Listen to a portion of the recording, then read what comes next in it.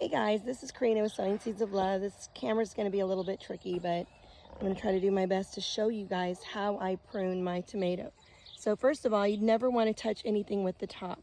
You're going to have all kinds of tomato leaves branching out. You don't want to cut the tomato branches or stems, I guess you should say, that have the flowers. So like right here, I don't know if y'all can see these are flowers, so you don't want to touch that. But stemming off of that right here, you're going to want to trim this part off. You don't need it. Notice how it has no flowers whatsoever. If you see that it's hanging over, cut it because it does affect the airflow. This one here is a little bit tricky because there is a spot here for the flower, but I'm going to go ahead and trim right here. Notice how once again there's nothing on there that has the flowers.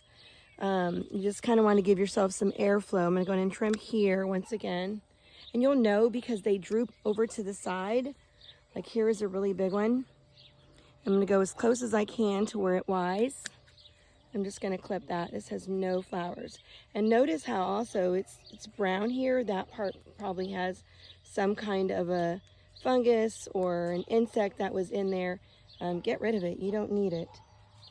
So I just wanted to show y'all some of this. You also are going to want to go down toward the bottom and see if there's anything also down here that needs to be trimmed that does not have a flower. Airflow is very important. I do have it in this somewhat of a tomato cage, but like I said, if you have these hanging over, they look like this, just cut them. Cut as many as you can to allow, that airflow. This one here looks like something landed on it, like a bird, and pooped on it. It's kind of tricky. Let me go in here and just kind of cut. See right here, looks like a bird pooped on there. But I'm just gonna go around and do all those non-flower stems, branches, I don't know what you wanna call them. There's another one that's hanging off to the side over here.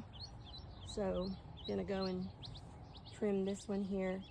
And it wise right here to where you see this side has the flowers. So I'm just gonna come and trim. So that's how I trim my tomato plants.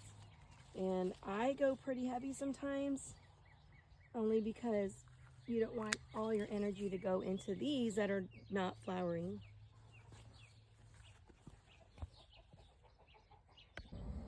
So there you have it, guys. I pretty much gave this a good trimming. You have seen no branches down below. The tomatoes are exposed, so that way the sun can hit them and they turn red. Now I can come in and see all my flowers. There's definitely airflow. Looks pretty bare, but you know what, guys? This needed a really good trimming. Okay, so this is one that was trimmed versus one that's not trimmed. So I hope you see what I'm doing here, guys. I'm trying to get all the energy put into the tomato and not the leaves. Another thing that I want to show you guys is that you should never have branches that are hanging low, because what happens is they hang low while you're watering, and for some reason the backsplash creates fungus and disease. So I just go in here. I really like these shears, guys. I try to go with something that's a little bit long in case I can't reach it, but I go in there and just cut. Mind you, let me go ahead and tell you something. This is really important. This is what you call an indeterminate tomato. They usually grow up tall, have a whole lot more foliage. Notice how once I got through all that airflow going again and got a lot of stuff cut, there's my tomatoes. Your tomatoes need to be exposed to sun in order to turn red. So once again, I don't want to cut the parts off that are flowering because those are going to be tomatoes. Indeterminate will grow all season. You'll have to continue to trim them, whereas the determinate don't. They are very small and they pretty much set all their fruit at one time, and they don't grow throughout the season. You really do not need to trim determinate. This is another tomato plant. This is an actual large cherry tomato plant. So you will have to trim this because it will keep setting fruit. I have it next to this trellis and I'm probably going to anchor it toward, but it's going to get tall. And once again, just remove stuff from the bottom. Some people like to remove these suckers. They're the ones that grow in between. I don't, because sometimes they flower. I will cut like this, which I don't know if we want to call that the male branch because it has no flowers, but I do remove those. Here's another one down below. I just want to cut and remove it. I don't remove, like I said, the suckers because a lot of times these will set fruit. But there you go, guys.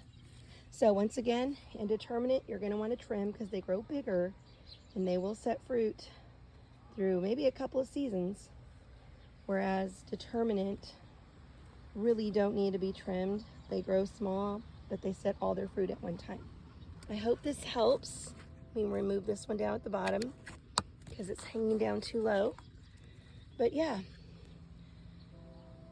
have a blessed day, guys. I know this was a long tip today, but I think it's important. Get your tomatoes trimmed if they are tall. It's the best way to explain. Some people don't know if their tomatoes are indeterminate or determinate. Okay, if it's tall, it's more than likely going to be indeterminate. If it's not very big like this one, I'm just going to get a few branches trimmed up, but I'm not going to do a whole lot to it.